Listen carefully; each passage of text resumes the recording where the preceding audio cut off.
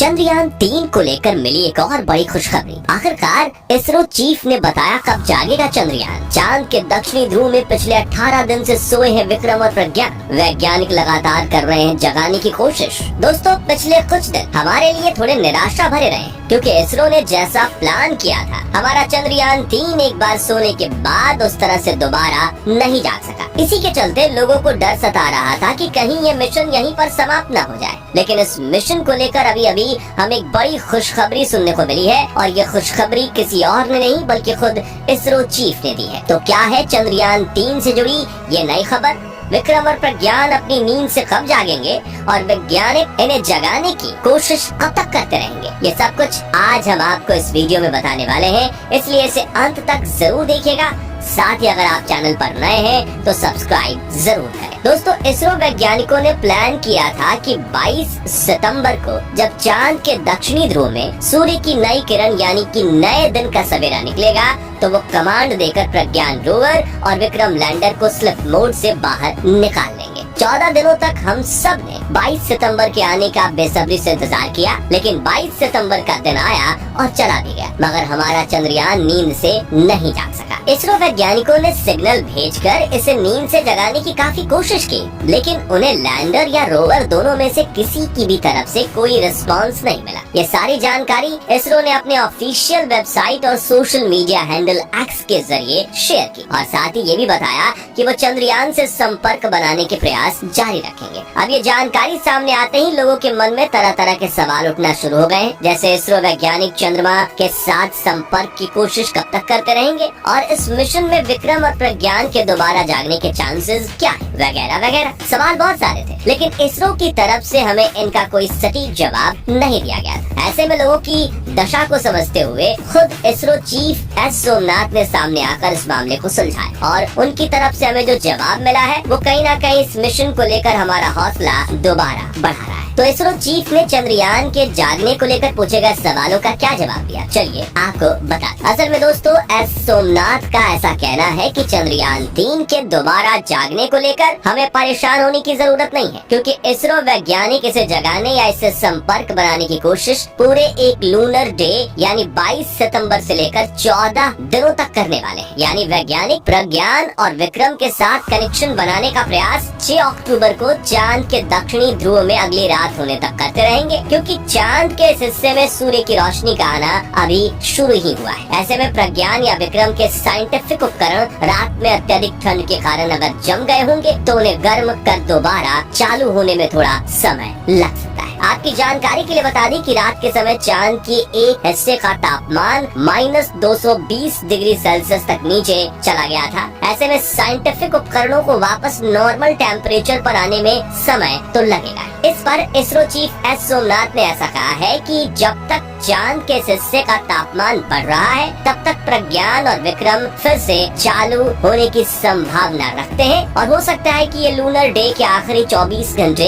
यानी 22 सितंबर से 14वें दिन जाकर जागे। ये कभी भी हो सकता है, और एग्जैक्टली कब होगा इसके बारे में भविष्यवाणी करने का कोई तरीका नहीं। कहने का मतलब ये है कि जैसे जैसे समय बढ़ेगा वैसे वैसे चांद के दक्षिणी ध्रुव में गर्मी बढ़ती जाएगी। अब अगर प्रज्ञान और विक्रम अपने साइंटिफिक इंस्ट्रूमेंट्स के ठंड में जम जाने के कारण निष्क्रिय हुए होंगे, तो उनके दोबारा चालू होने की पूरी उम्मीद रहेगी। इसके अलावा स्पेस एप्लीकेशन सेंटर यानी कि सैक के डायरेक्टर नीलेश देसाई का कहना है कि प्रज्ञान रोवर व विक्रम लैंडर किसी के कमांड देने से नहीं बल्कि खुद ऑटोमेटिकली जागेंगे। आपको बता दें कि सैक हमारे इसरो का ही एक अंग है। नीलेश देसाई का कहना है कि जैसे प्रज्ञान और विक्रम पर सूर्य की रोशनी पड़ेगी तो वो खुद ही वापस से चालू हो जाएंगे, लेकिन इसके साथ ही उन्होंने ये भी कहा है कि इसके जागने के चांसेस 50-50। अब ऐसा उन्होंने इसलिए कहा क्योंकि चांद की ठंड ने विक्रम और प्रज्ञान के अंदर से कितना उन्हें नुकसान पहुंचाया है ये कोई नहीं जानता। अगर इसके इंटरनल उपकरण किसी तरह से बच गए होंगे तो ये जरूर जाग जाएंगे, इसमें कोई शक नहीं है। और अगर इन्हें किसी तरह का डैमेज हुआ है तो हमें ये मानना चाहिए कि चंद्रयान-3 हमें अपनी सेवाएं दे चुका है। वैसे नीलेश देसाई के अलावा एस सोमनाथ का भी यही कहना है कि उन्होंने प्रज्ञान और विक्रम को इस तरह से डिजाइन किया है कि जैसे ही उन्हें सूर्य की रोशनी मिलेगी तो वो उनकी एनर्जी से चार्ज होकर खुद ब खुद चालू हो जाए। इसके अलावा इसरो के पूर्व वैज्ञानिक मालय स्वामी अन्नादुरई का कहना है कि उन्हें प्रज्ञान रोवर के जागने की उम्मीद ज्यादा है, क्योंकि उन्होंने प्रज्ञान रोवर का परीक्षण खुद किया है और उन्हें इसकी काबिलियत का अच्छे से अंदाजा है। लेकिन साथ ही उन्हें विक्रम लैंडर के जागने पर संदेह भी है और इसको लेकर उन्हें उम्मीदें थोड़ी कम है। अब जिन लोगों को मालूम नहीं है उन्हें हम बता दें कि प्रज्ञान और विक्रम का काम 4 सितंबर को पूरा हो गया था और क्योंकि अपना काम निपटाने के बाद ये काफी अच्छे कंडीशन में थे, तो ऐसे में वैज्ञानिकों ने सोचा कि मिशन को यहीं समाप्त करने की जगह क्यों ना रात के लिए इन्हें स्लिप मोड में डाल दिया जाए, ताकि 22 सितंबर को अगले दिन का